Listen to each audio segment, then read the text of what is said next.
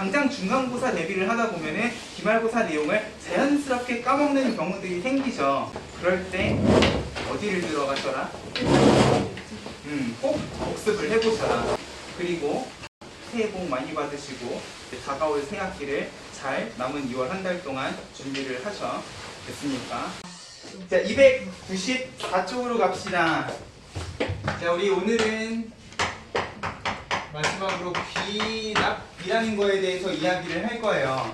그래서 일단 294쪽은 수열의 귀납적 정의로 시작을 하는데, 자, 우리가 이 수원에서 귀납이라는 단어를 써서 두 가지 이야기를 할 겁니다. 자, 이 앞에 중단원 이름은 수학적 귀납법이라고 돼 있잖아.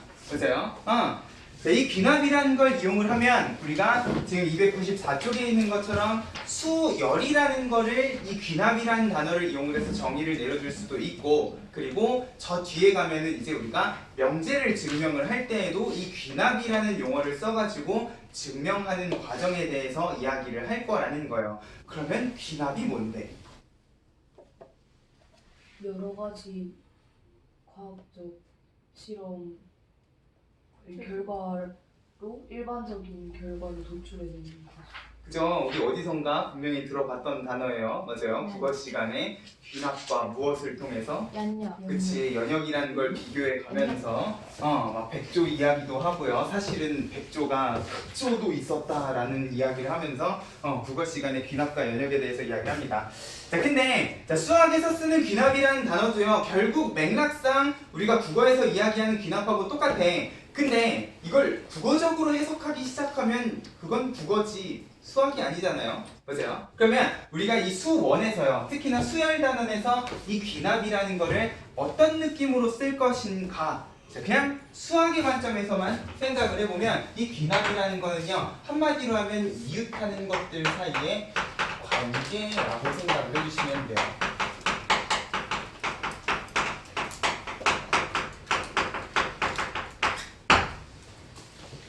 전체를 보는 게 아니라 이웃하는 것들 사이의 관계를 통해서 그러면 수열이라는 것도 정의를 내려줄 수가 있겠고, 또 이걸 이용해서 명제를 증명하는 과정에도 이 귀납이라는 단어를 쓸 수가 있을 거다라는 거야. 그래서 지난 시간에는 우리가 어떤 수열이라는 거를 이야기를 할 때 두 가지 관점에서 이야기했었어요. 일반항 그리고 합에 대해서. 근데 둘 다 우리가 일반항이랑 합이라는 걸 구할 때 항상 무엇에 대한, 누구에 대한, 그치, 항 번호 n에 대한 규칙성을 뽑아서 바로 그냥 n에 대한 관계식을 만드는 연습들을 했었단 말이야. 맞아요? 자, 근데 이거를 그냥 n에 대한 관계식으로 바로 뽑아낼 수가 있는, 그냥 우리 눈에 규칙이 바로바로 보이는 수열도 있겠지만, 이게 숫자를요, 내가 작정하고 어렵게 나열하기 시작을 하면 항 번호에 대한 규칙성이 바로바로 보이지 않는 수열이라는 것도 있을 거라는 거야. 그러면 그럴 때 우리가 또 n에 대한 관계식을 한 방에 뽑는 게 아니라 이 이웃하는 것들 사이의 관계를 통해서도 수열이라는 걸 정의를 내려줄 수가 있을 거다의 관점에서 이 수열의 귀납적 정의를 생각을 해주시면 될 거예요. 그래서 일단 첫 번째로 우리가 수열이라는 거를 귀납이라는 단어를 이용해서 이야기를 한다는 건 뭐냐? 전체 규칙성을 보는 게 아니라 그냥 이웃하고 있는 항들 사이의 관계가 어떤가, 얘네 둘 사이에는 어떤 규칙이 있는가, 그냥 작은 관점에서 바라보자는 거죠. 그래서 지금 여기에도 보면은 수열의 귀납적 정의 해가지고 뭐 첫 항과 이웃하는 두 항 사이의 관계식 두 개가 정리가 돼 있는데, 거기 바로 2번에다가 별표를 하나만 쳐놓고요. 결국 우리가 이 귀납이라는 걸 이용한다는 거는 요 지금 바로 2번에 있는 이웃하는 두 항 사이의 관계식을 보겠다라는 거예요. 그러면 이 귀납적 정의라는 거는 우리가 왜 공부를 하는가? 규칙성이 항번호 n에 대한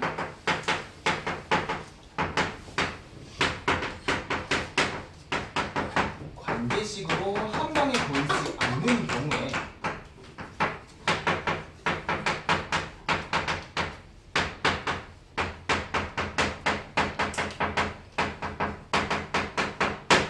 등차 수열, 등비, 수열 이런 것들은 나열을 해놓으면 차이가 일정하구나, 비율이 일정하구나. 뭐 등차, 등비, 수열이 아니더라도요, 우리 지난 시간에 시그마 하면서 이런 거 하지 않았습니까?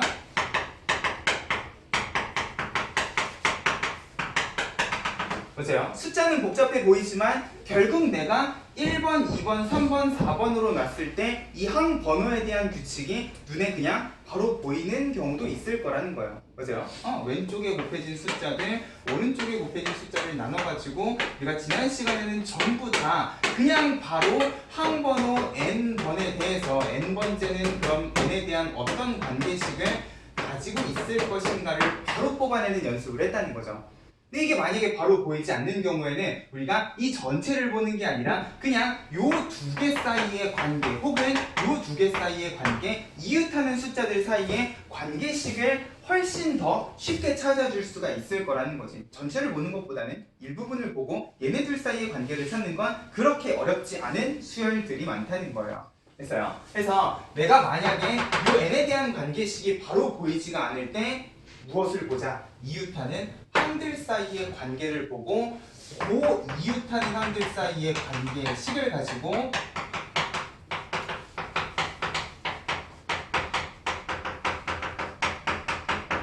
결과적으로는 어떻게 할 거냐? 자, 결국 내가 이웃하는 항 사이의 관계식을 구했다 하더라도요, 궁극적으로는 내가 어떤 수열을 이야기하고 싶을 때 항상 100번 하면은 1번부터 2번, 3번, 4번, 5번 하고 100번까지 갈 수는 없을 거니까 결국 내가 이웃하는 항 사이의 관계식을 뽑아도 이제 이걸 가지고 궁극적으로는 AN, 일반 항이라는 거를 n에 대한 관계식으로 뽑아내는 일을 해줄 거라는 거죠. 근데 그 중간 단계로 이웃하는 항 사이의 관계식은 내가 요거보다 조금 더 쉽게 구해줄 수 있는 수열들이 많다는 거예요.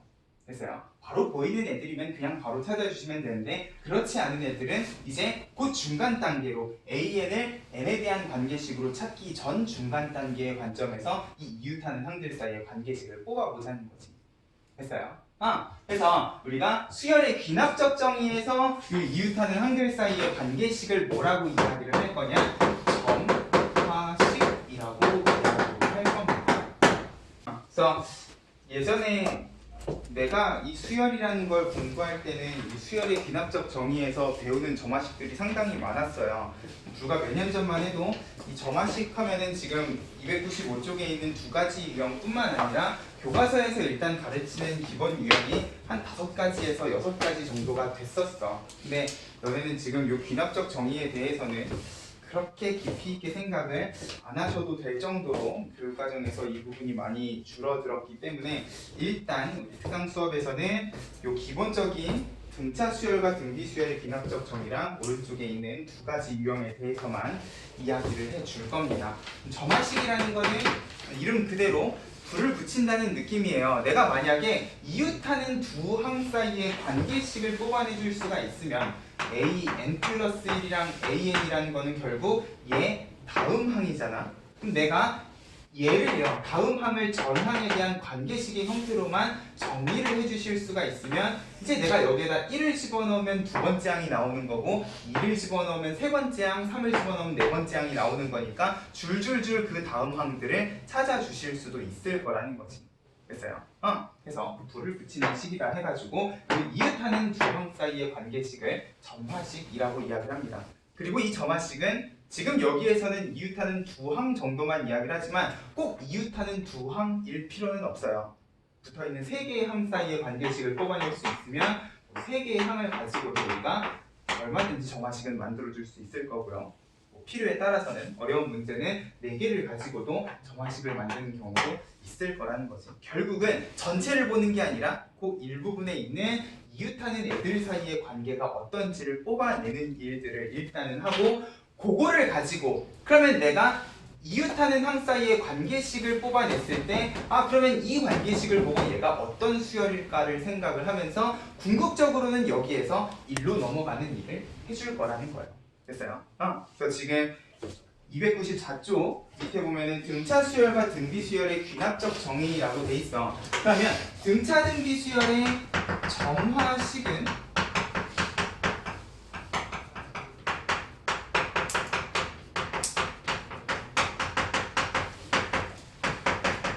어떤 모양을 하고 있을 것인가? 등차 수열은 무슨 수열인데요? 차이가 똑같아. 그치. 차이가 항상 일정해요. 그러면 내가 이 등차 수열이라는 거를 이웃하는 두 항 사이의 관점에서 생각을 하면은 결국 다음 항이랑 전 항은요, 내가 이 항번호 자리에다가 몇 번을 집어넣건간에 뺐을 때 항상 얼마가 나와야 되는 상황인 거야? 일정한 상수 D가 나와야 되는 상황일 거라는 거예요. 우리 등차 수열 단원에서도 이거랑 되게 비스무리한 식을 한번 봤었어요. 맞아요? n항이 있고 n 플러스 1항이 있으면 얘는 항상 요거의 다음 항일 거기 때문에 다음 항이랑 전항 사이의 차이가 항상 일정하다. 그러면 얘는 등차 수열이겠구나를 이제 요런 형태의 식을 가지고도 파악을 해주실 수 있으면 좋겠다는 거지. 만약에 문제에서 이런 형태의 점화식이 나오면 이것은 등차 수열이겠구나. 그러면 결국 그거 가지고 뭘 뽑아주시면 되는 거야? 일반항 AN을 뽑아주시면 되는 거야. 첫 항을 기준으로 공차를 몇 번? n-1번. 맞아요. 우리가 배운 그냥 규칙 그대로 일반항을 최종적으로 뽑아주시면 된다는 거지. 됐어요? 자, 근데 이런 식으로 두 항 사이의 관계로 이야기를 해줄 수도 있겠지만 만약에 내가 이런 식으로 이웃하는 세 항 사이의 관계식을 쓴다라고 하면은 결국 등차 수열의 포인트는 차이이기 때문에 내가 아까 전에 썼던 n항과 n 플러스 1항의 차이를 번호 하나만 늘려가지고 써도요, 결국은 얘도 n 플러스 1항과 그 다음 항 사이의 차이이기 때문에 이 차이는 어떻게 될 수밖에 없다? 같을 수밖에 없구나 라는 식으로 이야기를 해주실 수도 있다는 거야.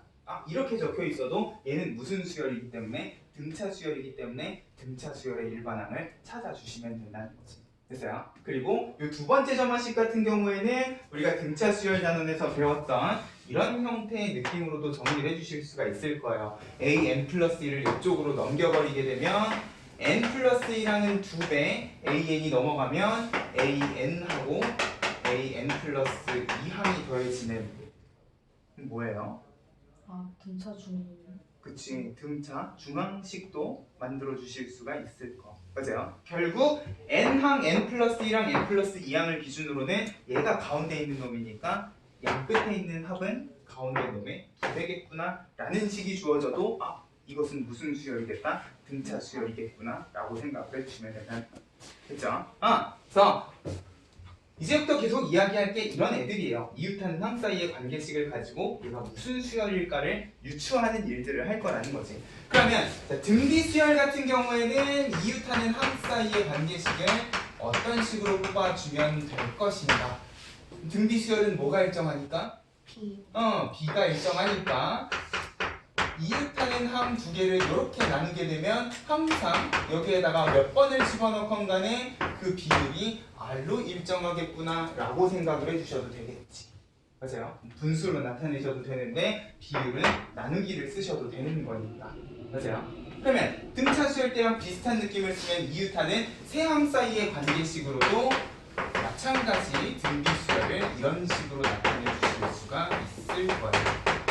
이웃하는 두 항 사이의 비율은 몇 번을 갖다 놔도 항상 일정할 거다라는 느낌으로 이웃하는 세 항 사이의 관계식 이런 식으로 정리를 해주실 수가 있다는 거지. 이것도 마찬가지로 an 곱하고 잠깐만 뭐야 n 플러스 1이잖아. a n 플러스 1을 곱하고 an을 곱해주면 무엇도 만들 수가 있겠다? 등비 중항식도 만들어 주실 수가 있겠다. 됐어요? 그래서 이런 형태의 식이 지금 294쪽에 정리가 되어 있어요. 바로 1번하고 3번은 둘 다 차이가 일정하다의 관점에서 이야기를 하고 있고 2번하고 4번은 비율이 일정하다의 관점에서 등비수열의 점화식을 이야기하고 있다. 이제 이런 식으로 나와도 너네는 얘네가 어떤 수열인지를 읽어주실 줄만 알면 된다는 거야. 됐죠? 이걸 가지고 내가 직접 내가 원하는 항번호를 찾아 나서지는 않을 거야. 왜? 이 식을 가지고 내가 100번을 찾으려고 하면 1번도 집어넣어 봐야 되고 2번도 집어넣어 봐야 되고 3번, 4번을 차례대로 지금 집어넣어야 되는 상황이잖아. 저 식을 가지고는 내가 100번을 한 방에 찾을 수 있는 방법이 없어요. 결국 저 식이 주어져도 우리가 해야 될 일은 뭐다? 저기에서 n번째 항을 n에 대한 관계식으로 뽑아내는 일을 궁극적으로 해주셔야 된다는 거야. 됐죠? 그런 느낌으로 이 점화식이라는 거를 생각을 해주시면 될 거예요. 그래서 이런 관점에서 점화식은 진짜 여러 가지 유형이 있어요. 뭐 세상에 수열이 우리가 교과서에서 보는 수열들만 있지는 않을 거기 때문에 되게 많은 수열이 있고 되게 여러 종류의 수열이 있고 점화식도 되게 많은 유형의 점화식이 있습니다. 실제로 내가 이 수열하고 관련된 심화 수업을 하게 되면요, 보통 심화 유형으로 정리해주는 점화식만 거의 한 15개 정도가 돼요. 그 정도로 정리할 점화식들이 많아. 근데 우리가 고등수학에서는 굳이 그 정도까지는 정리를 안 하셔도 상관은 없을 거기 때문에 기회가 되면 내가 다른 점화식도 소개를 해줄 수 있으면 좋겠지만은 일단은 여기 있는 두 가지를 정리를 하고 시간이 허락을 하면 나머지 점화식들도 한번 이야기를 해보자. 일단 이 두 가지 점화식은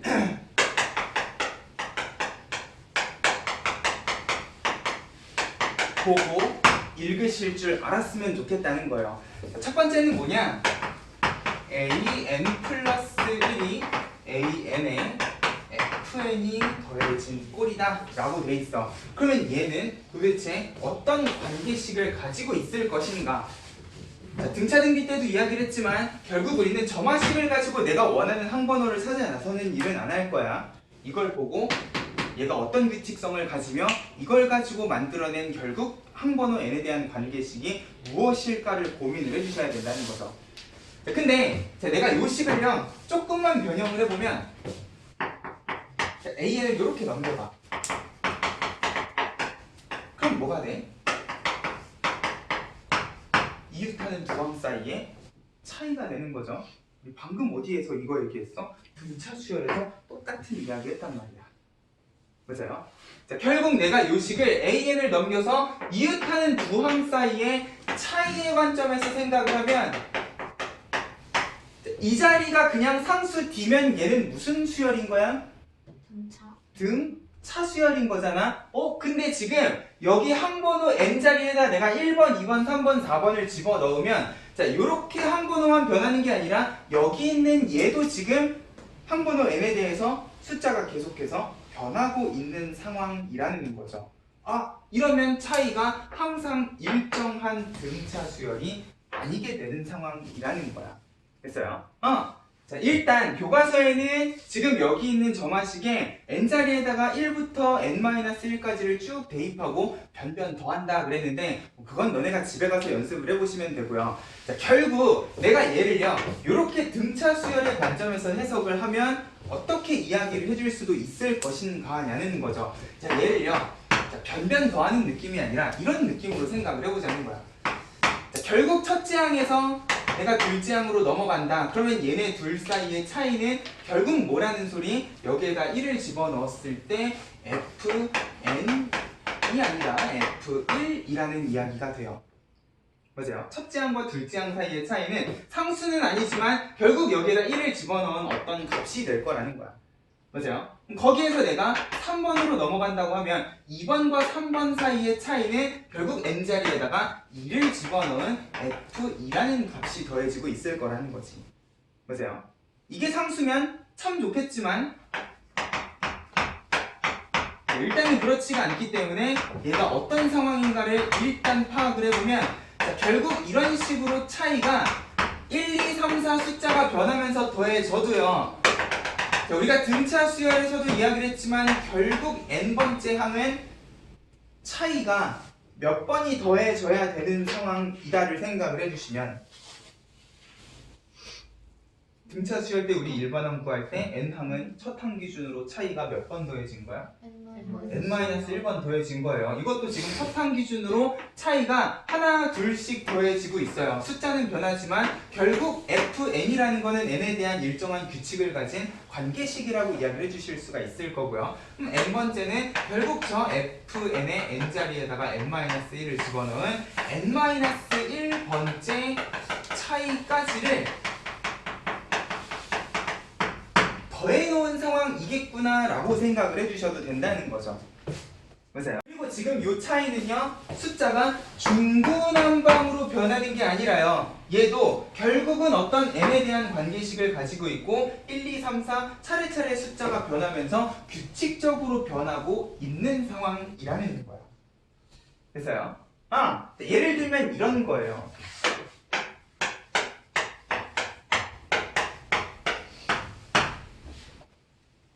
그냥 숫자만 놓고 보면 뭔가 이상해요. 차이가 일정한 것 같지도 않고 그렇다고 비율이 일정해 보이지도 않고요. 우리가 배운 거라고 해봐야 역수치하는 것 정도까지밖에 없지 않습니까? 맞아요. 어떻게 해도 규칙이 안 보이는데 차이를 구하다 보니 이 차이가 원래 수열은 규칙이 하나도 없어 보이는데 차이를 적어놓고 나니까 차이는 일정한 규칙을 가지고 있는 상황이라는 거죠. 맞아요? 첫 번째 차이가 2고 두 번째 차이가 3, 세 번째 차이가 4면 결국 얘는요 어떤 일반항을 가지고 있는 거야? n 플러스 1이라는 일반항을 가지고 있는 거야. 맞아요? 이 수열 자체는 규칙이 없어 보이지만 차이는 이런 식으로 내가 한 번에 대한 규칙을 찾아줄 수 있는 상황도 분명히 존재할 수가 있다는 거지. 맞아요? 이 FN은 그런 이야기를 하고 있는 거야. 됐어요? 자, 이런 식으로 수열 자체가 아니라 내가 얘네 이웃하는 항 사이의 차이를 구했더니 그 차이가 내가 한 번호에 대한 관계식을 찾아줄 수 있는 규칙을 가지고 있다. 그러면 이 차이에 해당하는 수열을 우리가 뭐라고 이야기를 해줄 거냐? 개차수열이라고 이야기를 해줄 거다라는 거예요. 이게 저 앞에 특강으로 빠져가지고 교육과정 외로요 그냥 넘어가는 개념이기는 한데 자, 결국 이 일정한 차이는 아니지만 차이를 구하고 나면 규칙성을 가지고 있는 변하긴 하지만 규칙을 가지면서 변하는 요 숫자들도요 하나의 수열이라고 생각을 해주실 수가 있을 거라는 거죠. 규칙성 찾을 수 있잖아요. 그러면 지금 여기 있는 FN이라는 거는 그냥 아무 숫자나 더해놓은 게 아니라 일정한 규칙을 가지면서 차이가 변하고 있구나 라고 생각을 해주셔도 될 거고요. 됐어요? 그런 차이에 해당하는 수열을 뭐라고 이야기하냐? 개차수열이라고 이야기한다 라고 생각하면은 자, 이것도요 일반항은 결국 등차수열의 일반항을 구하는 방법하고 똑같은 느낌으로 생각을 해주시면 된다는 거야. 자, 결국 n번째 항이라는 거는 자, 첫째 항 기준으로 이것도 더해야 되고 셋째 항으로 넘어가려면 이것도 더해야 되고 넷째 항으로 넘어가려면 이것도 더해야 돼요. 맞아. 궁극적으로 내가 이 숫자를 얻으려면은 첫 항을 기준으로 여기 있는 차이들을 전부 다 더해야 되는 그런 상황이라는 거지. 뭐니? 셋째 항을 구하고 싶으면 여기까지를 이렇게 세 개를 더해야 얘가 나오는 거고 넷째 항은 이렇게를 더해야 궁극적으로 얘가 나오는 상황이기 때문에 맞아요? 결국 내가 n번째 항을 구하고 싶으면 등차 수열에서 첫 항 기준으로 공차를 n-1번 더했던 것처럼 여기 있는 차이를 총 몇 개를 다 더해주시면 되냐? n-1개를 다 더해주시면 될 거라는 거예요.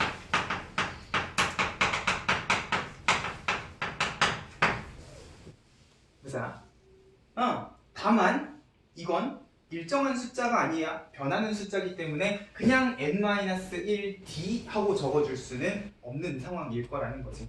근데 중요한 건 우리가요 이런 식으로 일정한 규칙을 가지면서 더하는 합을 어떻게 표현하는 방법에 대해서 지난 시간에 얘기했어요.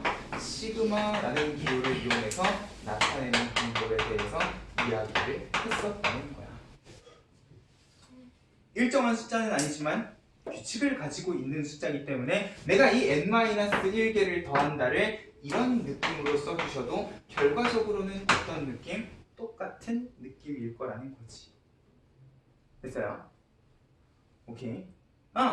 결과적으로 차이가 일정하든 아니든 n번째 항은 항상 첫 항 기준으로 차이를 몇 번 더하셔라? n-1번 더하셔라 라는 느낌으로 생각을 해주시면 되는 수열이 이 첫 번째 정화식 유형이라는 거예요. 됐죠? 이런 느낌으로 첫 번째 점화식을 생각을 해주면 됩니다. 이거를 교과서에서는 그냥 1부터 n-1까지 쭉 집어넣어서 변변 더하게 되면 지금 오른쪽에도 보이지만 좌변의 A2랑 우변의 A2, 좌변의 A3, 우변의 A3가 사이좋게 싹싹싹 날아가면서 결과적으로 내가 뽑아냈던 요 식이랑 같은 결과를 변변 더하기로도 찾아줄 수는 있는데 이건 진짜로 정말 안 될 때 쓰는 무식한 방법이고요. 등차 수열이랑 비교하면서 생각을 하면 차이를 n-1번 더한다는 느낌으로 똑같이 생각을 해주실 수도 있다는 거야. 그쵸? 이런 느낌으로 첫 번째 점화식을 정리를 해주시면 좋을 것 같아요. 여기는 지금 변변 더하기가 되어 있는데 너네는 그 위든 아래든 빈자리에다가 요거를 어떤 상황인가, 지금 이 수열의 상황이 어떤 상황인가를 요걸 가지고 정리를 한 번 더 해주시면 좋겠다는 거지. 됐어요? A1, A2, A3 하는 게 잘 안 보이면 예를 들어 이런 식으로 차이가 일정한 규칙을 가지고 있는 그런 수열에 대한 이야기를 지금 이 바로 1번 유형에서는 하고 싶은 거다라는 느낌으로 생각을 해주시면 될 겁니다. 자, 이런 관점으로 생각을 하셔야 바로 2번도요 어렵지 않게 해석이 가능할 거라는 거예요. 자, 두 번째 점화식을 보면 이번에는 n 플러스 1항이 n항을 기준으로 fn 마찬가지 n에 대한 관계식을 이번엔 뭐 해놓은 상황이야? 곱해놓은 상황이에요. 맞아요? 자, 그러면 얘도요 우리가 1번에서 an을 넘겼던 것처럼 좌변으로 넘긴다고 하면 이번에는 무슨 계산으로 넘어가시는 거야? 나누기 계산으로 넘어가셔야지. 곱하기는 나누기로 이렇게 넘어가시면 뭔가 어떤 느낌? 등비. 그치, 등비의 느낌이 막 나기 시작해요. 왜? 우리가 등비 수열의 점화식은 이웃하는 두 항 사이의 비율이 결국 나누면 내가 몇 번째 항에서 몇 번째 항을 나누든 이웃하는 두 항 사이에 나눈 결과는 공비로 일정하다라는 식으로 점화식을 썼단 말이야. 그러면 요 점화식도요 저 등비 수열의 관점에서 생각을 하면 이웃하는 두 항 사이의 비율이 일정한 값을 가지진 않지만 얘도 어떤 느낌이겠다? n에 대한 관계식이기 때문에 일정한 규칙성은 가지고 있겠다라는 느낌으로 생각을 해주시자는 거죠. 됐어요? 자, 아까 전에 이렇게 더하기 꼴이 돼 있는 거 오른쪽에 변변 더하기를 했었는데 자, 얘도 오른쪽을 보니까 1부터 n-1까지 집어넣고 이번엔 변변 곱하기를 했어. 왜? 비율이니까. 맞아요?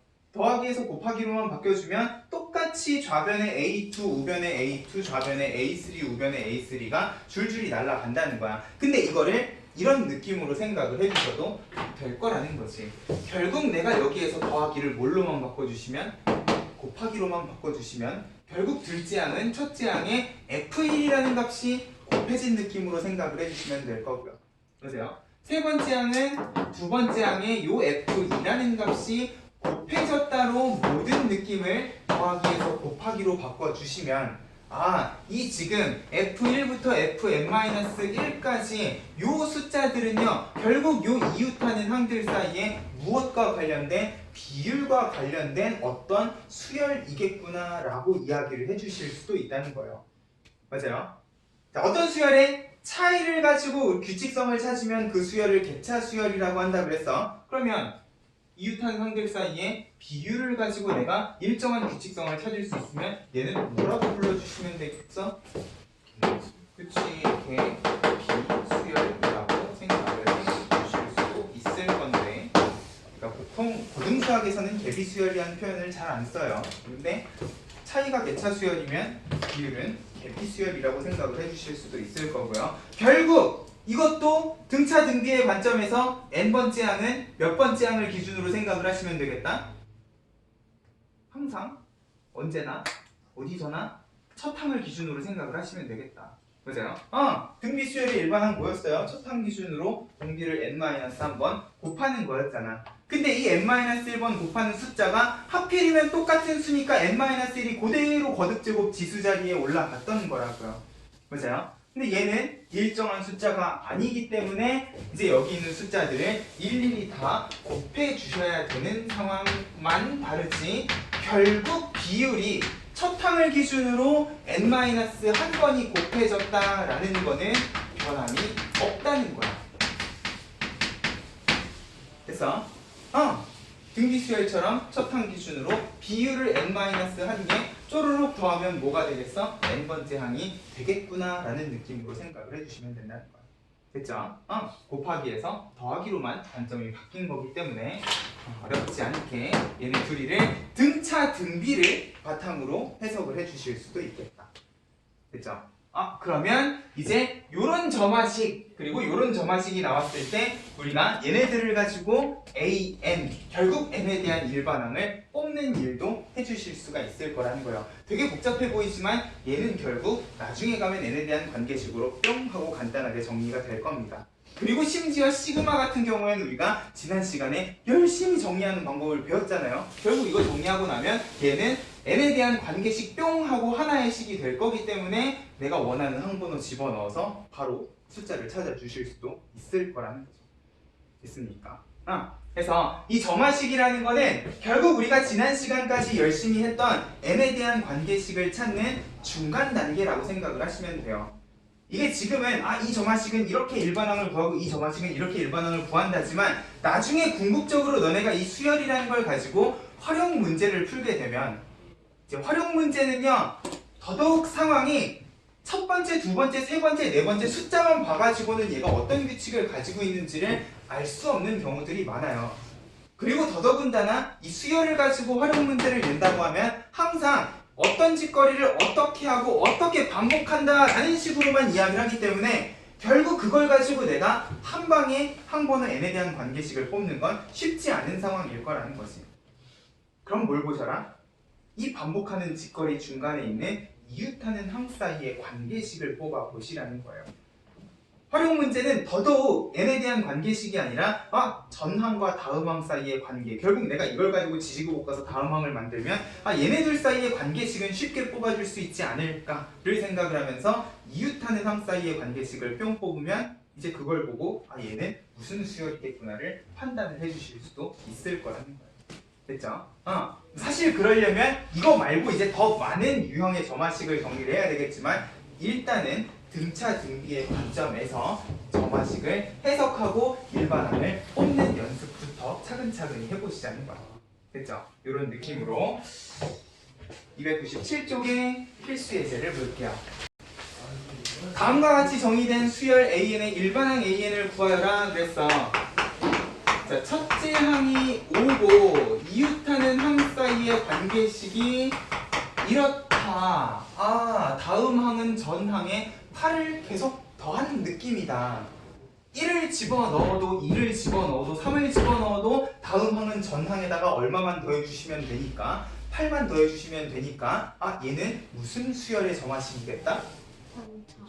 그치, 등차 수열의 점화식으로 보이면 성공인 거야. 등차 수열의 점화식으로 보이면 그냥 얘는 AN은 누구 기준으로? 첫째 항 기준으로 공차를 n-1번 더했다 하셔도 되고요. 공차가 8이기 때문에 8n하고 첫째 항이 5가 나오게끔 상수항 얼마를 세팅을 해주시면 우리 앞에서부터 열심히 연습을 했기 때문에 됐죠? 중요한 건 이게 등차 수열의 점화식이다가 보여야 된다가 포인트라는 거지. 이게 보이면 끝이라는 거예요. 됐죠? 점화식은 읽으실 줄만 알면 된다는 거를 꼭 좀 기억을 해주시고 자 2번 첫째 항이 2고 둘째 항이 6이다. 근데 2배의 an 플러스 1이 an 더하기 an 플러스 2다.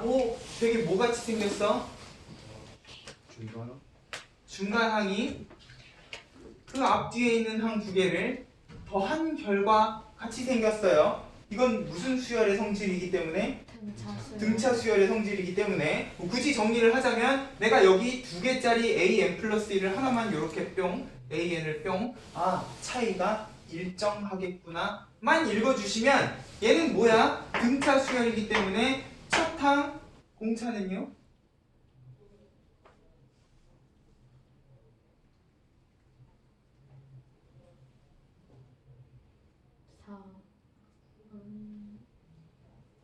야! 정신 차려. 등차 수열인 거 알았으면 차이만 보면 될 거 아니야. 얼마니? 4. 공차 4인 보세요. 뭐야? 왜 정적? 일반항 찾아주실 수 있을 거라는 거예요. 됐어요? 자 그리고 여기에서 한 가지만 더 설명을 하면은요. 자 우리가 보통 이웃하는 항 사이의 관계식을 가지고 일반항을 찾는다라고 하면은 자, 그런 문제는요. 점화식만 주어져 있는 게 아니라 자, 이것만 주어져 있으면은 이게 등차 수열인 건 분명히 알지만 그럼 얘가 얼마부터 시작하는가에 대한 이야기가 전혀 없잖아. 맞아요? 해서 내가 점화식을 가지고 일반항을 찾을 때에는 항상 그 문제에 첫 항에 대한 정보가 항상 들어있다는 거예요. 이게 있어야 시작을 할 거 아니에요. 점화식만 해도 도화선을 이렇게 쫙 깔아놨는데 불을 안 붙이고 터져라 이럴 수는 없는 거잖아. 맞아요? 결국 점화식이 불타오르려면은 불을 붙여야 되기 때문에 항상 첫 항 정보가 이 점화식에는 따라다니겠다라는 것도 생각을 해주셔야 돼요. 그리고 이웃하는 세 개 항 사이에 이런 관계식이 있는 경우에는 얘는요 차이가 일정하다까지는 이야기를 해주실 수가 있는데 중요한 건 이렇게만 적어놓으면 그러면 그 차이는 얼만데 하는 궁금증도 들어야 된다는 거야. 맞아요? 분명히 차이가 일정하기 때문에 등차 수열이라는 건 분명히 알겠어요. 근데 얘는 첫 항뿐만 아니라 그럼 그 차이가 얼만데 하는 의문도 가지셔야 된다는 거지. 해서 이웃하는 세 항 사이의 점화식 같은 경우에는 첫 항만 주어져 있는 게 아니라 공차를 찾기 위해서 둘째 항까지 항상 세트로 같이 주어진다. 항 두 개가 주어진다 라는 것도 생각을 해 주시면 좋겠다. 됐죠? 첫 항만 주어지면 사실 얘는 일반항 못 구한다는 거죠. 공차를 알아야지 일반항을 구하는데 그래서 지금 괄호 2번은 항 두 개가 주어져 있구나 라고 생각을 해주셔도 될 겁니다. 됐죠? 이웃하는 두 항 사이의 관계식은 항상 첫 항이든 둘째 항이든 일단 항 하나가 있어야 되고요. 이웃하는 세 항 사이의 관계식은 항 두 개가 있어야 내가 요거를 가지고 일반항을 뽑아주실 수 있겠다 정도까지 기억을 해주시면 될 겁니다. 됐죠? 그럼 그 밑에 일단 예제 제목부터가 스포기는 한데요. 최대한 배제하고 본다고 생각을 하면 얘는요 다음 항이 전 항에 얼마가 곱해진 상황? 2가 곱해진 상황. 이거는 첫 항, 둘째 항, 셋째 항을 놔도 항상 2가 곱해지는 거기 때문에 무슨 수열의 점화식이겠구나? 등비 수열의 점화식이겠구나. 그러면 일반 항은 첫 항 생각할게요. 공비가 n-한 번 곱해진 등비 수열의 일반 항을 쓰시면 되겠다. 됐죠? 자, 2번 첫째 항 4에 둘째 항이 6이야. 근데 n 플러스 1항의 제곱이 n항과 n 플러스 2항을 곱한 거래. 누가 봐도 무슨 식이니까? 등식, 중항식이니까 얘도 등비 수열을 이루고 있겠구나. 아까랑 같은 이유로 첫 항만 주어지면 무엇을 알 수가 없기 때문에 공, 비 정보를 알 수가 없기 때문에 두 개의 항이 주어졌다를 생각을 하면 일단 일반항은 첫 항 4를 기준으로 공비가 얼마겠다? 2분의 3이겠다. 나눠주시면 되는 거잖아요. 2분의 3이 n-1번 곱해진 일반항을 가지겠구나 라고 읽을 줄만 알면 된다는 거. 됐어요? 점화식은 읽고 얘가 무슨 수열인가 그러면 그 수열의 일반항을 어떻게 정리할 것인가 이렇게 기억을 해주시면 될 겁니다. 넘어가세요. 필수 예제 3번 첫 항이 1이고요. 다음 항이 전 항에 이번에는 상수가 아니라 n을 더해놨다. 그러면 얘는 뭐겠다? 차이가 일정한 숫자는 아니지만 그래도 규칙성은 가지고 있는 숫자겠다. 맞아요? 첫 항과 둘째 항 사이의 차이는 1, 둘째 항과 셋째 항 사이의 차이는 2니까 얘는 1을 기준으로 1을 더하고 2를 더하고 3을 규칙적으로 더해주시면 셋째 항, 넷째 항, 다섯째 항이 나오겠구나 라는 게 보이면 결국 차이는요 항상 몇 번을 더해주셔야 되는? 언제나 n-한 번을 더해주셔야 되는. 근데 그게 일정한 값이 아니기 때문에 얘도 결국은 1부터 n-1부터 n-1까지 변해야 될 거 아니야? 맞아요. 요 관계식 그대로 내가 시그마에다 붙여서 일반항 an을 찾아주실 수 있을 거라는 거예요. 시그마 k는 항번호의 플러스 1이라고 우리 지난 시간에 공식 외웠잖아. 맞아요? 이러면 자연스럽게 내가 원하는 항번호 집어넣어서 내가 원하는 숫자 바로 찾아주실 수도 있을 거라는 거지. 그죠? 읽을 줄만 아시면 되겠다. 20번째 항 찾는 거네? 그럼 여기다 20을 집어넣는 거지. 여기서부터 1, 2, 3, 4 해가지고 막 20까지, 19까지를 더하는 게 아닐 거다라는 거예요. 그죠? 조심하시면서. 자, 2번. 첫째 항이 마찬가지로 1인데, 자, 이번에도요, 전항 기준으로 뭔가가 더해져 있는 느낌이야. 자, 이거 헷갈리시면 안 돼요. 자, 얘네 둘 사이의 관계는 지금 차이가 2의 n제곱인 거예요. 맞아요? 자, 얘는 지금 첫째 항 1을 기준으로 첫째 항과 둘째 항 사이의 차이가 2, 둘째 항과 셋째 항 사이의 차이가 4, 규칙성이 모인 등비수열로 더해지고 있는 그런 상황이라고 생각을 하셔야 돼요. 됐어요? 자, 그것만 파악을 했으면 일반 항은 뭐다? 첫 항 1을 기준으로 차이는 항상 몇 번을? n-1번을 더해 주셨겠구나 라고 생각을 하면 2의 k제곱하고 결국은 난 뭘 쓸 거야? 등 비수열의 합 공식을 쓸 거야. 자, 계속 강조합니다. 등 비수열의 합은 항상 첫 항, 공비, 항수를 정리하셔야 얼마부터 시작해요? 2부터 시작하고 공비는 2고요. 지금 몇 개를 더해놓고 있어요? n-1개를 더해놓고 있겠구나.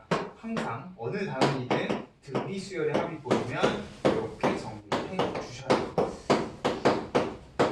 첫 항의 공비의 항의 개수 거듭 조금 -1 하고 정리를 해주시면 된다는 거지. 됐죠? 둘 다 차이가 일정한 규칙성을 가지고 있는 수열이에요.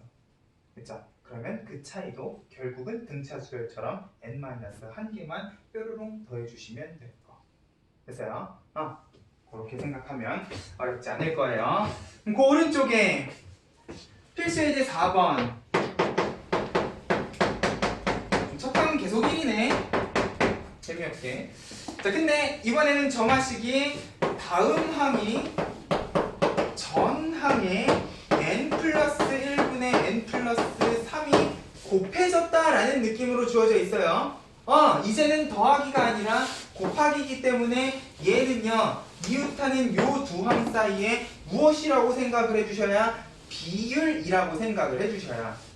됐어요? 자, 첫 항과 둘째 항 사이의 비율은요, 여기다가도 1을 집어넣은 2분의 4일 거라는 거지. 맞아요? 첫 항 1에서 시작해서 이번에는 더하기가 아니라 곱하기 2분의 4를 할 거라는 거예요. 그럼 어떤 숫자가 나오겠지. 규칙성만 보자는 거죠. 자, 두 번째 항과 세 번째 항 사이의 비율은 뭐야? 여기다가도 2를 집어넣은 3분의 5겠지. 3분의 5. 내가 괜히 약분을 안 하는 게 아니라는 거예요. 몇 개만 더 가봅시다. 자, 세 번째 항과 네 번째 항 사이의 비율은 3을 집어넣었으니까 4분의 6일 건데. 자, 그러면 결과적으로 나는요, 이 비율을 몇 번을 1을 기준으로 총 몇 개? n-1개를 쪼르르 곱할 거라 라고 생각을 해주시면 2분의 4에서부터 시작을 해서 이번에는 더하기가 아니기 때문에 시그마도 못 쓰고요. 그냥 곱하기로 쪼르르 곱하는 수밖에 없을 거라는 거야. 근데 이 곱하는 숫자도요, 그지 같아 보이지만 결국은 규칙을 가지고 있다는 거지. 맞아요? 그리고 곱하고 나니까 어디서부터? 4에서부터 약분이 슬슬 되기 시작해요. 우리 이런 거 어디에서 봤었니? 맞아요. 망원인 급수지. 되게 처음 듣는 표정으로 지금 미스 10만 빼고는 아무도 이해를 못 하시고 있는 것 같은데, 자, 우리 이런 식으로 쪼르륵 약분이 되는 거 로그의 합에서 하지 않았습니까? 그죠? 망원급수에는 세 가지 유형인데 첫 번째는 부분분수 분리, 두 번째는 유리화, 세 번째는 로그 해가지고 로그의 합은 진수의 곱이니 곱하기 쪼르륵 하면 얘네들이 쪼르륵 약분이 되고, 결국 얘도요, n-1번까지 무식하게 쭉 곱하는 게 아니라 4에서부터 약분이 되니까 가운데는 신경 쓰실 필요 없고 앞에 남는 애들만 보시면 자연스럽게 뒤에도 몇 개가 남겠구나 라는 걸 알 수가 있어요. 그치, 분자 부분에 2개가 남겠구나 라는 사실을 알 수가 있어. 근데 중요한 건 우리는 지금 얘를요 1부터 n까지를 곱하는 게 아니기 때문에 몇 가지를 곱하기 때문에 n-1번까지 곱하기 때문에 요거를 그대로 적으시면 안 된다는 거야. 됐어요? 여기에다 n-1를 집어넣으면 n분의 n 플러스 2 해서 요거는 약분이 되고 얘가 하나가 남을 건데 중요한 건 여기 2개가 남았으니까 그 앞에 있는 것까지 내가 보셔야 이렇게 2개가 남겠구나 이다 라는 거지. 됐어요? 그러면 줄줄이 곱하기 들여도 얘는 간단하게 정리를 해주실 수 있는 식이 된다는 거예요. 됐어? 내가 원하는 한 번호 이제는 집어넣을 수가 있을 거라는 거지. 29 집어넣으시면 되는 거야. 됐죠? 자, 2번. 자, 첫째 항은 1이고요. 자, 이번에도 이웃하는 두 항 사이에 비율이 이번에는 등비수열처럼 생겼어. 보세요. 자, 어쨌거나 저쨌거나 이웃하는 두 항 사이의 비율이면 이 비율은 곱해 주셔야 되는 거고 결국 n번째 항 일반 항은 첫 항부터 시작해서 어떻게 해주시면 돼? 여기에다가 1 집어넣었을 때부터 n-1을 집어넣었을 때까지 쭈루루 곱해 주시면 되는 거예요. 맞아? 근데 얘는요, 아까 얘랑은 느낌이 약간 달라요. 얘는 쭈루룩 약분이 돼서 간단히 정리가 됐으면 얘는 지금 전부 다 밑이 똑같네요. 그죠? 그러면 지수끼리 뭐니까? 덧셈이니까 결국 얘는요 밑이 2로 공통이고 지수분이 얼마부터 얼마까지? 1부터 n-1까지 합이 되는 이런 형태로 정리를 해 주실 수 있겠구나. 보여? 우리 1부터 n-1까지 합은 어렵지 않게 찾아주셨으니까. 됐죠? 자, 결국 일정한 규칙을 가지고 있는 비율도요. 일단 이렇게 놓고 보면 혹시 겁나 땡땡땡 무식해 보이지만 정리하고 나니까 생각보다 간단하게 정리가 되는 애들이 있다는 거야. 됐죠? 일단은 차이는 n-1개를 더하고 이건 지금 하니까 어렵지 않을 거예요.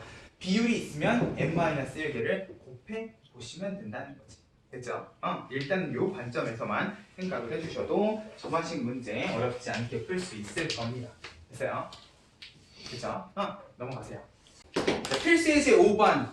수열 AN의 첫째 항부터 n항까지 합을 SN이라고 할 때 AN의 합이 SN이라고 되어 있는데 뭐야 합을 가지고 지금 점화식을 만들어 놨어요.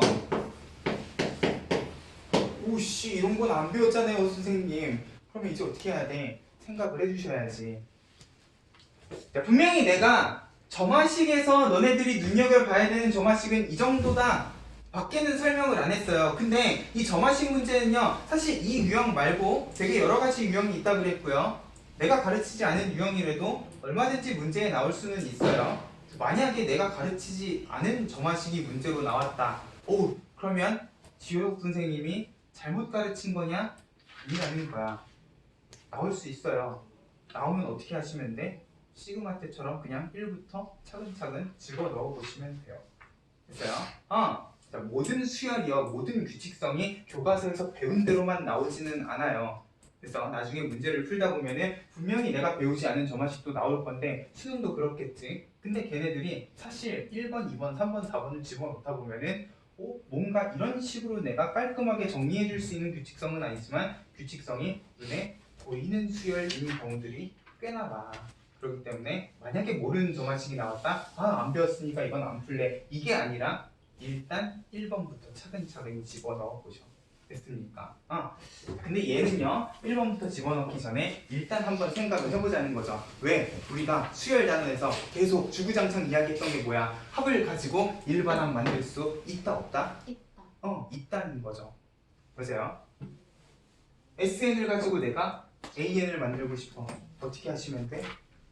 SN 마이너스 Sn-1 그치. SN에서 Sn-1을 빼면 일반항이 나오니까 만약에 자 이 점화식이 모든 자연수 n에 대해서 다 성립하는 거면 1을 집어넣고 2를 집어넣고 3을 집어넣어도 성립을 하는 거면 내가 요 항번호 자리에다가 n-1을 집어넣고 뭐 이래도 성립하는 점화식일 거 아니야. 내가 요 두 점화식을 빼버리게 되면 이제 얘는 뭐가 돼버릴 거니까 A, N이 돼버릴 거니까 이런 식으로 정리를 해 주실 수도 있을 거예요. 마이너스 3은 날라가 버리겠지. 됐어요? 다만 이렇게 AN을 구하면 뭐가 문제기 때문에 1일다. 그치 1을 못 집어넣는 상황이 발생하기 때문에 우리가 일반함을 찾을 때에는 조심해줬으면 좋겠다 라고 이야기를 했다는 거야. 맞아? 자 그러면 이거를요 이렇게 한번 생각을 해보죠. 자 우리가 수열 단원에서는 이걸 찾아야 되기 때문에 어쩔 수 없이 n항까지 합까지 구해놓고 n-1번까지 합을 뺐어요. 내가 원하는 게 이거였기 때문에. 근데 지금 당장은 우리한테 필요한 게 이건 아니잖아. 우리가 지금 계속 하고 있는 게 뭐예요? AN뿐만 아니라 AN 플러스 1도 있고요. AN 플러스 2도 이웃하는 모든 항들에 대해서 이야기를 하고 있기 때문에 자, 내가 이걸 찾는 게 아니라면 굳이 1을 집어넣지 못하는 이런 식으로 정리를 할 게 아니라 점화식 단원에서는 그냥 이렇게 해버리자는 거예요. n-1을 집어넣지 말고 n 플러스 1을 집어넣으면 여기에다가는 1을 집어넣는다고 문제되는 상황은 없을 거기 때문에. 맞아요? 자, 결국 여기에 1을 못 집어넣은 건 n-1 때문인데 n-1이 아니라 점화식에서는 n 플러스 1을 집어넣고 이렇게 빼주시면 이제 얘는 몇 번째 항이 된다라는 소리야? n 플러스 1항에서 n항까지를 다 뺐어요. 첫 번째 항. 첫 번째 항이요? 아니요. 야, 첫 항부터 n 플러스 1항까지를 더한 거에서 첫 항부터 n항까지 합을 뺐어요. N+1. n 플러스 1항이 나오겠지 당연히. 맞아요. 자 점화식에서는 a n 플러스 1이 나와도 전혀 이상할 게 없잖아. 맞아요? 우리가 꼭 AN을 찾아야 될 게 아니라면 점화식에서는 굳이 1을 집어넣을 수 없는 이런 식을 만들지는 말자는 거야. 그러면 똑같은 점화식인데 한 번 올려 내가 AN 플러스 1에 4 AN 플러스 1 빼기 4AN 하고 정리하면 얘는 1번부터 문제 없이 집어넣을 수 있는 점화식이 될 거라는 거지. 됐어요? 자 그러고 나서 마저 정리를 해봅시다. 자 요거 아니지 얘가 이렇게 넘어가고 얘가 넘어가면 4AN은 3AN 플러스 1이니까 다음 항 기준으로 생각을 하면 3분의 4AN이네. 뭐야 적고보니까 얘는 무슨 수열이더라? 등비. 등 비수열이더라. 됐어요? 다음 항이 전항에 계속해서 3분의 4가 곱해지고 있는 그런 수열을 이런 식으로도 만들어줄 수 있다라는 거예요. 첫 항은 또 1이네. 그러면 일반 항은 첫 항 1을 기준으로 공비 3분의 4를 n-1번 곱했다. 이제는 해석을 해주실 수도 있을 거니까. 됐죠? 우리가 수열 단원에서 이 SN을 가지고 AN 만드는 요 원리를 점화식의 관점에서는 꼭 SN에서 SN-1이 아니라 SN 플러스 1에서 SN을 빼는 식으로 생각을 해주셔라. 됐죠? 필수 예제 6번 활용이다. 방학을 맞아 지우이는 10일 동안 포도 농장에서 포도를 수확하는 일을 돕기로 했다. 첫째 날에는 포도 20송이를 수확했고, 자, 줄 그리면 가능하면 너네 눈에 보이게끔 예쁘게 정리를 좀 하세요. 둘째 날부터는 전날 수확한 포도송이 수의 2분의 3배를 수확하였다. 뭐야? 보기만 해도 무슨 수열일 것 같은 느낌? 그치? 포도를 수확한 지 n일째 되는 날 수확한 포도송이 수를 AN이라고 할 때, 야, 이런 거는요, 점화식 찾지 마. 이런 거 하려고 우리가 점화식 공부하는 게 아니에요. 누가 봐도 등비수열인 걸 굳이 점화식으로 표현을 할 필요가 있습니까?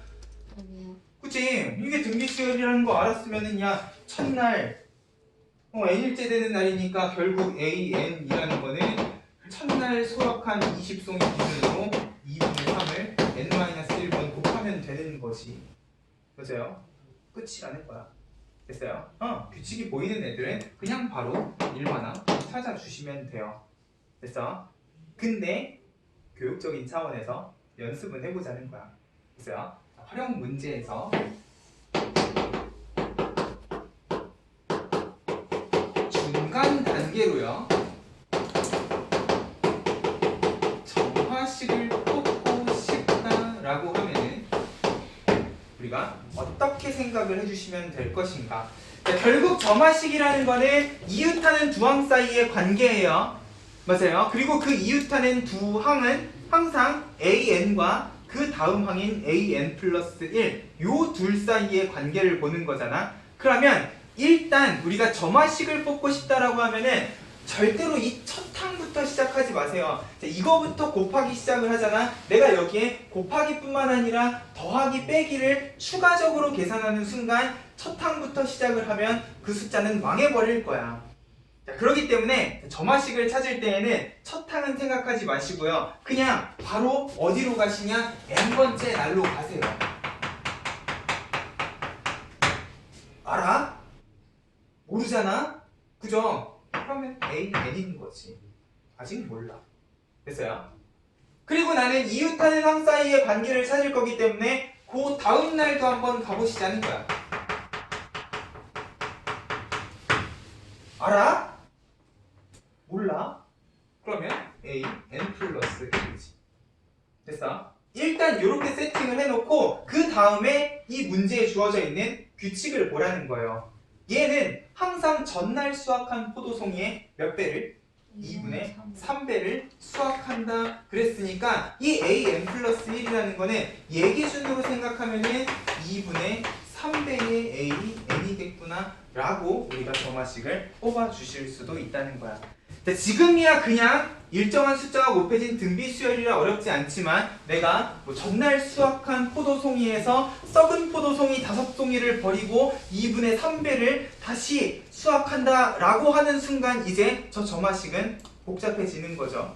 맞아요. 이거를 첫 항부터 규칙대로 찾아 나가시다 보면은 분명히 그 규칙성이 잘 안 보이는 활용 문제들을 너네는 만나게 될 거라는 거야.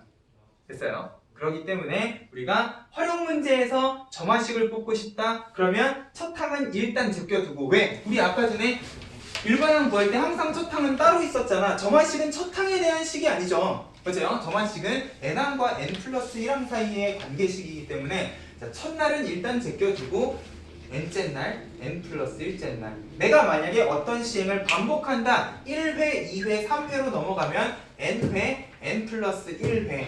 이렇게 해서 그냥 일반적인 an과 an 플러스 1로 적어놓고 여기에서 이제 지지고 볶고 곱하고 곱하고 더하고 더해가지고 an 플러스 1을 만들어주시면 된다는 거야. 그쵸? 나중에 활용 문제 비슷한 느낌으로 꼭 좀 연습을 해보세요. 밑에 375번 확인 체크도 있으니까. 됐어요? 자, 첫 항은 제껴주는 거예요. 점화식은 항상 n번째랑 n 플러스 1번째를 이렇게 세팅을 해놓고 관계식을 고민을 해보셔요. 됐죠? 그렇게 고민을 해보고 나서 이 점화식을 보고 내가 아는 수열의 점화식이다. 그러면 정리를 해주시면 된다는 것이. 궁극적으로 우리는 이 점화식을 가지고 일반항을 뽑을 거다까지 생각을 하면서 점화식 정리해 주시면 될 겁니다. 됐죠? 연습 많이 하세요. 304쪽으로 갈게요. 수학적 귀납법.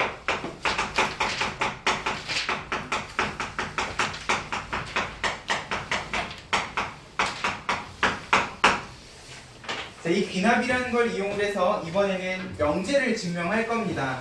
근데 중요한 건 그냥 명제가 아니에요. 결국 귀납이라는 게 무엇이기 때문에 이웃하는 것들 사이의 관계이기 때문에 맞아요. 수열에서도 n과 n 플러스 1 이런 관점에서 다음 항을 찾아주실 수가 있었으면 자, 우리가 명제를 증명하는데 그 명제가 마침 자연수 정수랑 관련된 명제인 경우에는 1번이 성립하고 2번이 성립하고 3번이 성립하고 4번이 성립하고 모든 자연수에 대해서 성립했으면 좋겠는 어떤 문장을 증명하는 과정에서도 이 이웃하는 항들 사이의 관계를 생각을 해주실 수가 있을 거라는 거지. 됐어요?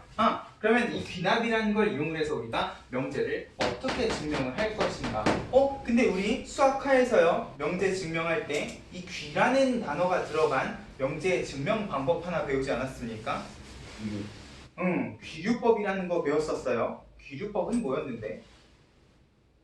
반예. 반예? 부정 모순이 가정에 모순 생기면 좀 제대로 얘기해 주지 않을래요? 그럼 항상 너는 주어가 빠져 있더라고요. 누구를 부정해서? 결론. 그래, 결론을 부정해서 가정. 가정의 모순점을 찾는 거 결국은 대우를 이용한 명제 증명 방법이 귀류였어요. 귀납은 똑같은 귀가 들어가도 다른 귀예요. 됐어요? 다른 느낌으로 생각을 해주시라는 거죠. 자, 이 명제 증명에서 귀납이라는 거는 이웃하는 사이의 관계를 이용을 하는 거기 때문에 자, 이 과정을 생각을 해주시면 된다는 거야. 304쪽에 보면은 자, 가로 1번, 2번 해가지고 두 단계로 나눠놨는데 선생님은 요거를 세 단계로 나눌게요. 일단 우리 아까 점화식에서도요.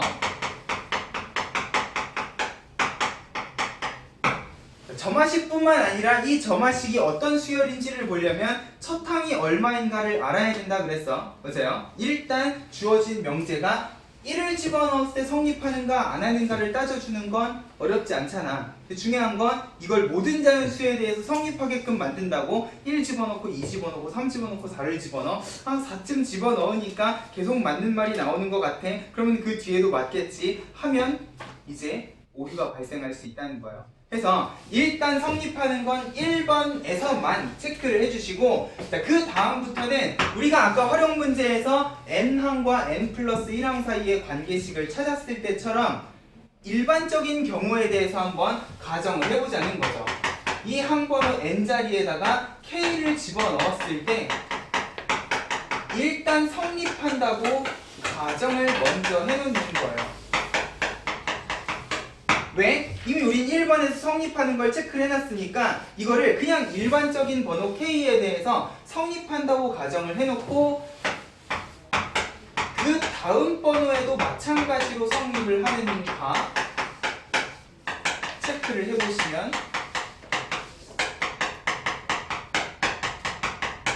만약에 이게 성립하는데 이것도 성립해? 그러면 여기다 1을 집어넣으면 2도 성립한다는 소리고 2가 성립하면 2일 때 3도 성립한다는 소리고 3이면 3일 때 4일 때도 성립한다는 소리가 되는 거잖아. 되게 줄줄이 비엔나 소시지처럼 다 모든 자연수에 대해서 성립하는 느낌이 나오는 것 같은 느낌이 든다는 거죠. 됐어요? 이 느낌으로만 정리를 해주시면 되는데 중요한 건 뭐냐? 이 동그라미 3번에 n 플러스 1일 때에도 성립하는지 체크하는 과정은요 절대로 그냥 k 플러스 1을 집어넣고 맞느냐 틀리느냐를 보는 게 아니야. 일단 우리가 성립한다고 가정해 놓은 건 k번째일 때라 그랬으니까 요거를 증명하는 과정은요 n은 k일 때 성립한다고 가정해 놓은 식을 최대한 활용을 해야 된다는 거죠.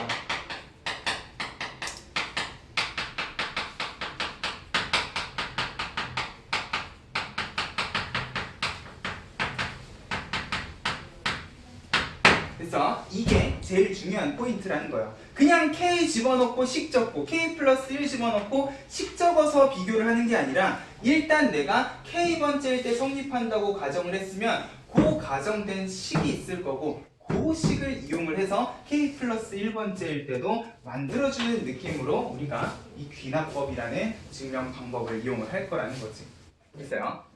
일단 말만 들어놓으면 이게 무슨 말인지 잘 모를 것 같기 때문에 실제 예를 들어 선생님이 하나만 이야기를 좀 할게요.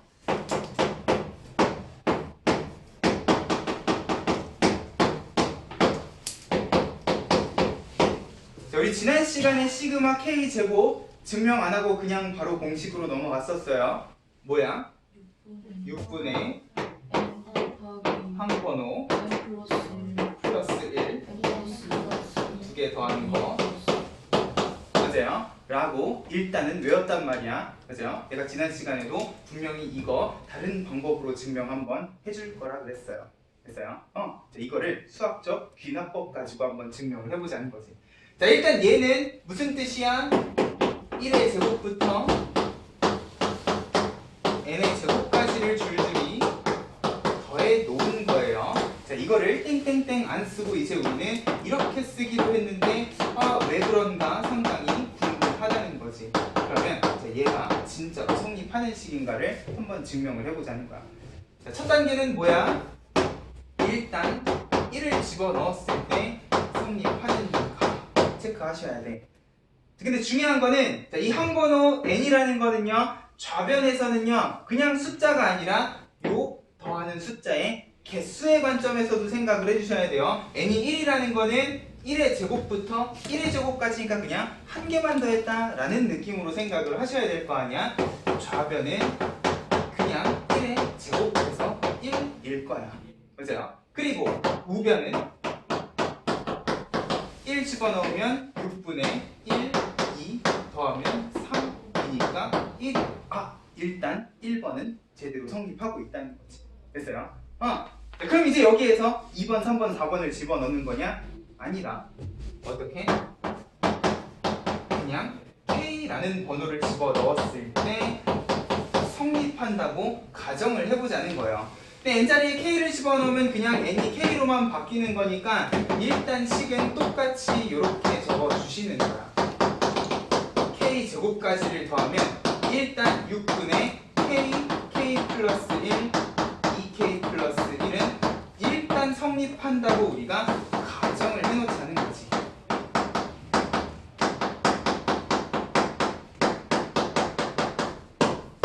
그래서 그러고 나서 몇 번도 그 다음 번호도 마찬가지로 성립을 하면 이제 1번에서 성립했으니까 2번도, 2번에서 성립하면 3번도, 4번도, 5번도 모든 자연수에 대해서 다 성립한다고 이야기를 해주실 수가 있을 거예요. 됐어요? 근데 중요한 건 n이 k 플러스 1일 때는요, 그냥 이 자리에다 k 플러스 1을 집어넣는 게 아니라 무엇을 이용하시자? K번째일 때 성립한다고 적어놨던 요 식을 최대한 활용을 한번 해보자는 거예요. 됐어요? 자, 근데 요거를 활용을 하기는 하더라도요, 궁극적으로 우리는 K 플러스 1을 집어넣었을 때 어떤 모양이 나왔으면 참 좋겠는 거야? 이런 모양이 나왔으면 참 좋겠다는 거지. 결국 K 플러스 1이라는 거는 K 제곱 플러스 하나를 더 더했을 때 어떤 모양이 나와주셨으면 좋겠어? 6분의 항 번호 그거 플러스 1 그리고 요 두 개를 더한 2K 플러스 3 이런 모양이 나와줬으면 좋겠다는요, 항상 제일 끝에다가 우리의 꿈과 희망을 담아서 저거는 못 찾는 거예요. 자, 당장 이게 맞는 말인지 틀린 말인지는 따져봐야 되겠지만 궁극적으로 우리가 만들어야 되는 식은 이거라는 거를 제일 끝에다가 적어놓고 한번 시작을 해보자는 거야. 자, 그러고 나서 얘랑 이거랑을 비교해봐. 자, 이건 일단 맞다고 우리끼리 약속을 해놓은 거고요. 이건 우리가 만들어야 되는 식이잖아. 얘네 둘이를 비교했을 때 결국 좌변의 관점에서는 누구만 하나 더 있으면 되는 거야? 그치? K 플러스 1에 제곱 하나만 더 있으시면 되는 거야. 맞아요? 그러면 내가 얘는 성립한다고 가정을 해놨기 때문에 이 등식이 맞다는 가정 하에 내가 이 등식의 양변에다가 똑같은 숫자를 더하는 건 문제가 있을까? 아니요. 없겠지. 맞아요? 자, 이렇게 내가 요 등식의 양변에다가 이 모양을 만들기 위해서 K 플러스 1의 제곱을 더하면 어떤 일이 일어나는가를 보자는 거지. 그러면 일단 좌변은 우리의 희망사항대로 K 플러스 1의 제곱까지 합이 되는 거잖아. 맞아요? 다만 좌변이 어때요? 아직은 이 모양인지 모르고 여기에다가 K 플러스 1의 제곱을 더했다라는 느낌으로 생각을 하자는 거야. 이렇게 됐어? 그리고 궁극적으로 얘를 정리해봤더니 이렇게 되더라 하면 성공인 거잖아. 맞아요? 그러면 요거를 한번 정리를 해보자는 거죠. 우리 지난 시간에 열심히 시그마 K제곱이랑 시그마 K 해가지고 하나로 정리하는 연습 해주셨죠? 똑같이 얘네 둘이는 일단 공통인수가 뭐니까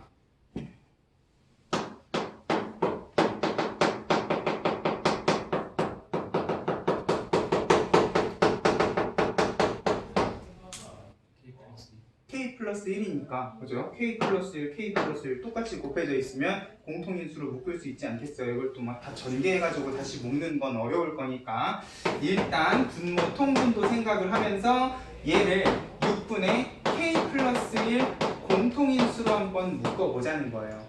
그러면 여기는 뭐가 남아? K랑 2K 플러스 1이 남을 것이고 이쪽은 뭐가 남아? 6분의 K 플러스 1 하나 있으니까 6K 플러스 6 해서 K 플러스 1 하나가 더 남을 거라는 거야. 보자. 그럼 얘는 뭔데? 2K 제곱 플러스 7K 플러스 6이니까 인수분해가 되는가를 체크를 해보면 2, 3 하면 깔끔하게 인수분해가 되네. 맞아요? 그러고 나서 6으로 다시 통분을 해보니 자, K 플러스 1 공통인수에 K 플러스 2에 정확히 2K 플러스 3 하고 내가 꿈과 희망을 담아서 적어놨던 요 식이 그대로 만들어지더라 찾아줄 수 있다는 거지. 결국 이 식은요 무엇을 가지고 찾은 거야? K번째 일 때 성립한다고 가정해 놓은 식을 가지고 찾는 거야. 그럼 이게 성립하면 당연히 이것도 성립을 해야 되겠네. 그 순간 증명 끝 하고 적어주시면 돼요. 끝난 거지. 왜? 이게 성립하는데 이것도 성립한대요. 그러면 1일 때 성립하니까 2일 때도 성립할 거고 2일 때 성립하면 3일 때, 4일 때, 5일 때, 6일 때 모든 자연수에 대해서 자연스럽게 다 성립하고 있는 식이다 라고 우리가 증명을 해주실 수가 있다는 거예요. 됐죠?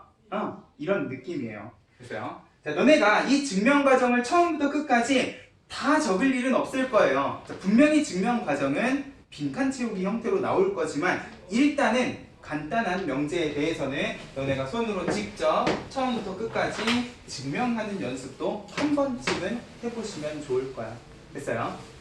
자, 요런 느낌으로 내가 뒤에 있는 필수예제 두 개도 일단 먼저 증명을 하고 필수예제 7번을 볼게요. 자, 필수예제 8번으로 가봐.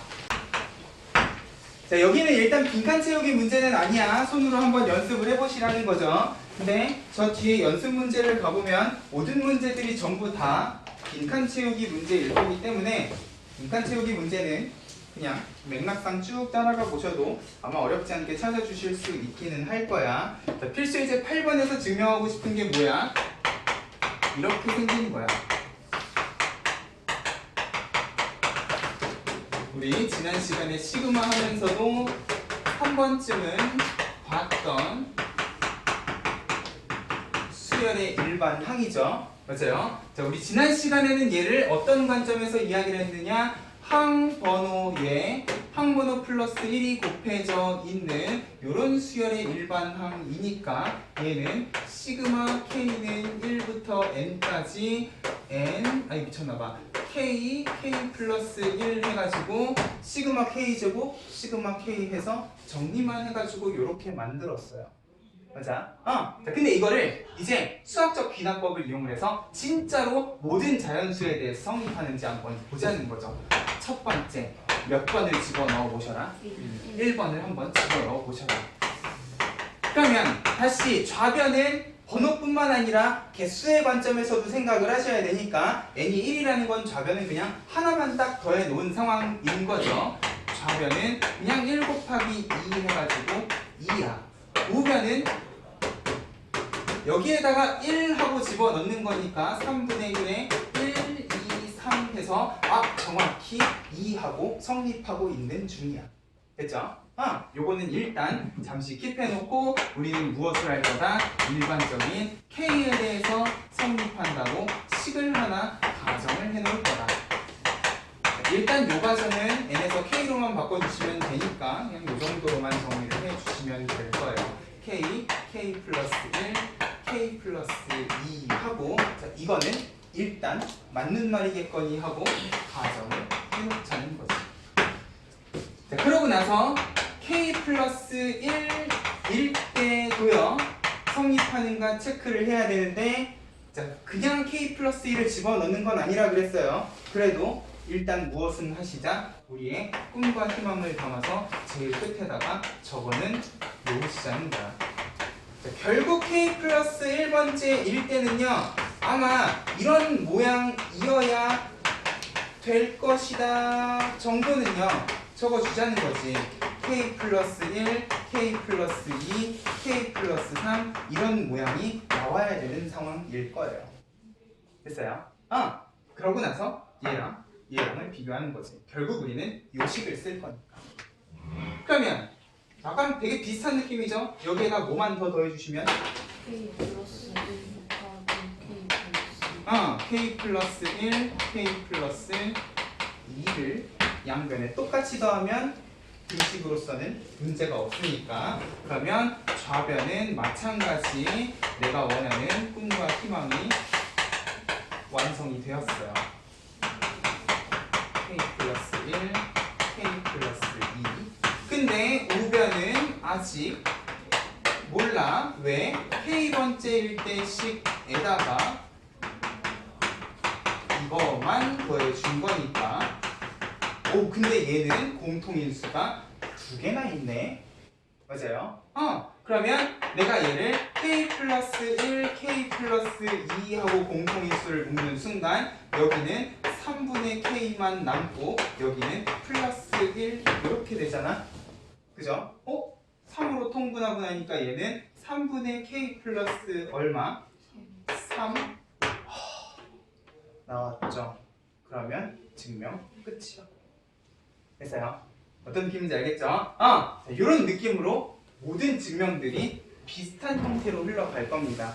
자, 순서 잘 기억해 주셔. 자, 여기서부터 여기까지는 큰 문제 없을 거예요. 근데 내가 K 플러스 1번째로 넘어갈 때에는 바로 넘어가기 전에 무엇을 내가 만들고 싶은 식을 꼭 하나 적어 주셔라. 됐어요? 그러고 나서 비교하면 어렵지 않게 유도 가능할 거니까. 됐죠? 자, 근데 이게 부등식이 되면 이야기가 조금 달라져요. 등식이야 사실 같다만 증명하면 되는데 부등식은 같다가 아니다 보니까 우리가 똑같은 방식으로 증명을 하더라도 조금 생각해야 될 부분이 있을 거라는 거야. 자, 필수 이제 9번으로 가볼게요. h가 양수이고 2보다 크거나 같은 모든 자연수 n에 대해서, 자, 이건 모든 자연수가 아니죠. 2번부터 시작인 거예요. 1 플러스 h의 n제곱이 1 플러스 nh보다 항상 크답니다. 보기만 해서는 진짜 큰지 잘 모르겠지만 뭐 증명을 한번 해보면 되는 거죠. 근데 중요한 건 얘는 시작하는 항이 몇 번이니까 2번이니까 꼭 2번부터 시작을 해주셨으면 좋겠다. 그러면 자, n은 좌변에서는 지수 자리에 있으니까 제곱을 한다는 느낌으로 이렇게 정리를 해 주시면 될 거고요. 우변은 그냥 n자리에다가 h 하고 적어주시면 되겠지. 자, 지금은 같다가 아니죠. 누가 커야 돼? 좌변이 더 커야 돼요. 근데 1 플러스 2h, 1 플러스 2h가 똑같네. 거기에 뭐 얘는 굳이 양수가 아니더라도 제곱이기 때문에 무조건 클 수밖에 없겠구나. 맞아요? n이 2일 때는 깔끔하게 성립하고 있는 상황이라는 거야. 됐죠? 자, 그러고 나서 어떻게 해주시자? K1 때 성립한다고 부등식을 하나만 적어 놓으시자. 자, 이거는 일단 맞는 말이겠거니 하고 가정을 하는 겁니다. 됐어요? 그리고 K 플러스 1일 때 부등식이면 더더욱 뭐가 필요하냐? 우리의 꿈과 희망이 필요하다는 거야. 자, 결국 K 플러스 1일 때에는 이런 모양이 나와야만 하는 상황을 생각을 하면서 이제 얘랑 얘를 비교해 보자는 거죠. 어떻게 해주시면 돼요? 1 더하기 를 H를 곱하면 그치 얘는 K번 곱했고 얘는 K 플러스 1번 곱했으니까 여기에 1 플러스 H만 한 번 더 곱해주시면 좌변은 우리의 꿈과 희망대로 흘러가고 있을 거잖아요. 보세요.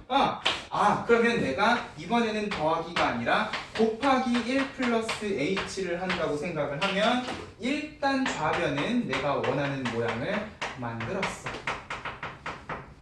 다만 여기다가도 결국은 얘를 똑같이 곱해야 되는 거기 때문에 이런 느낌인 거죠. 곱하기야 이번에는 플러스 H 이렇게 된다는 거야. 맞아요? 뭐야? 이건 등식이 아니기 때문에요. 이거랑 굳이 같을 필요는 없어요. 맞아요? 그러면 이 단계에서 우리가 해줘야 될 게 무엇인가를 한번 생각을 해보자는 거죠. 결국 K 플러스 1번째일 때 이 부등식이 성립을 하려면 내가 이 우변에 전혀 다른 모양인 것처럼 생긴 얘네 둘이를 어떻게 비교를 해주시면 좋겠냐는 거야.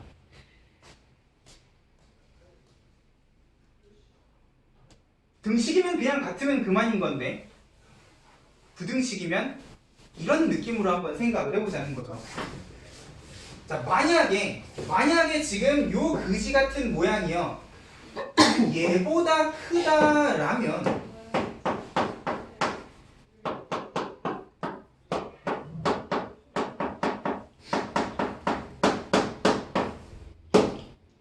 어때요?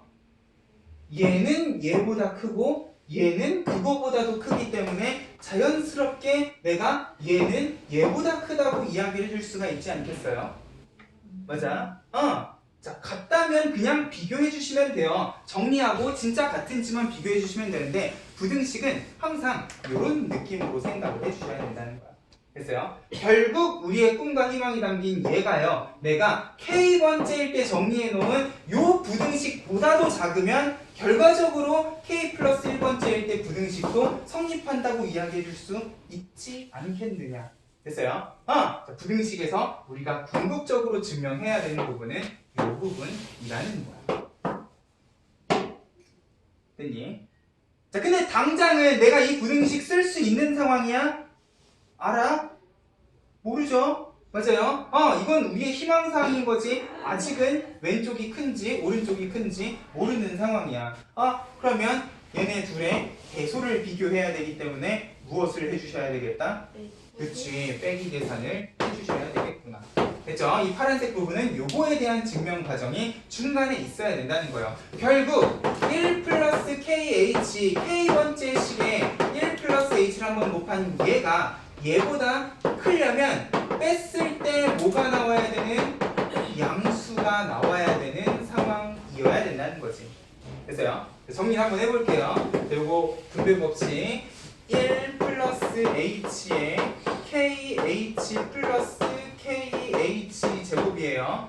빼기 1 빼기 KH 빼기 H 이런 느낌이잖아. 맞아요? 그러면 1 날라가고 KH도 날라가고 H도 날라가고 뭐만 남냐?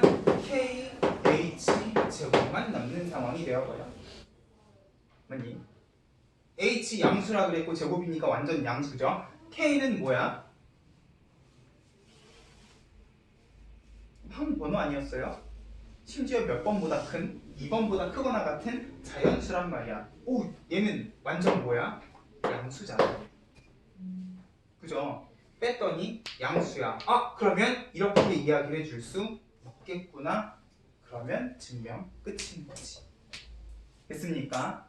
자, 우리가 귀납법을 가지고 등식을 증명하는 건 어렵지 않아요. 등식은 같다기 때문에. 근데 부등식을 증명을 할 때에는 이 과정이 꼭 정리가 되어 있어야 된다는 거예요.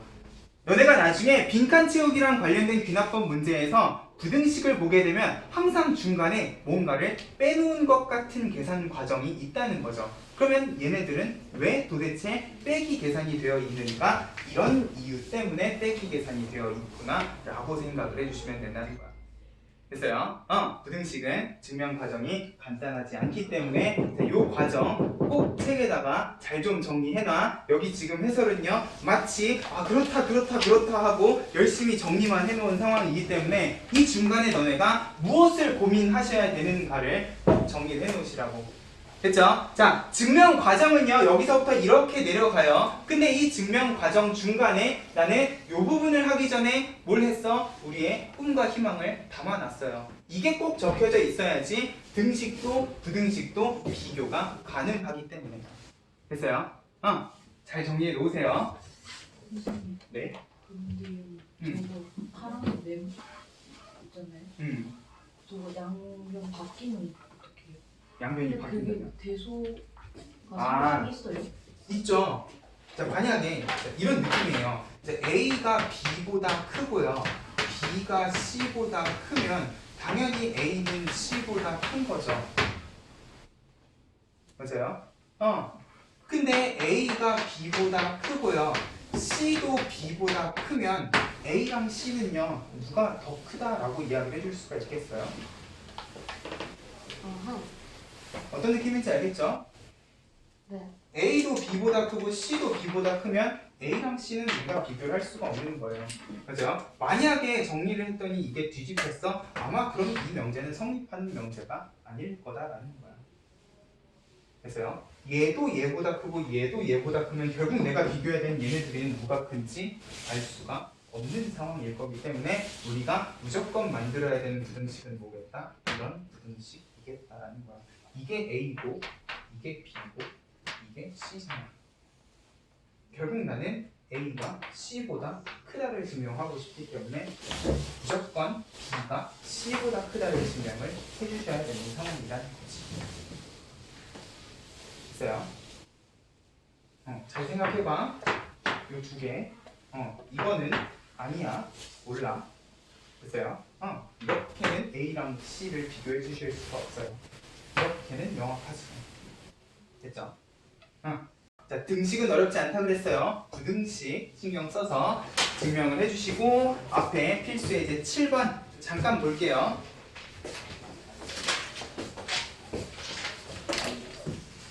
자, 결국 우리가 증명을 해놓은 필수의 이제 8번, 9번이요. 자, 요 맥락에서 이웃하는 두 항이 통째로 성립을 해버리게 되면 줄줄이 비엔나 소세지처럼 줄줄줄줄 모든 자연수에 대해서 다 성립하게끔 만들어줄 수 있을 거다 그랬어요. 결국 우리가 수열이라는 것을 귀납적으로 증명을 했던 것처럼 이렇게 이웃하는 항사의 관계식을 이용을 하면 1을 집어넣거나 2를 집어넣거나 3을 집어넣거나 일관된 규칙성을 찾아줄 수가 있잖아. 명제의 증명도 그런 식이라는 거야. 그러면 필수의 7번에 자연수 n에 대한 명제 Pn이라는 게 있는데 자, n번과 n 플러스 1번이 모두 참이면 n 플러스 3번이 참이라고 한다라고 돼 있어. 무슨 말이야? 자, 이게 번호가 잘 안 보이면요 집어 넣어봐. 자, 중요한 건 n번이랑 n 플러스 1번이 둘 다 참이어야 돼요. 이게 참이면 n 플러스 3번이 참이라는 소리야. 그 말은 1번이랑 2번이 참이면 몇 번이 참이라는 소리야? 3번. 응? 4번? 그치, 4번이 참이라는 소리인 거죠. 맞아요?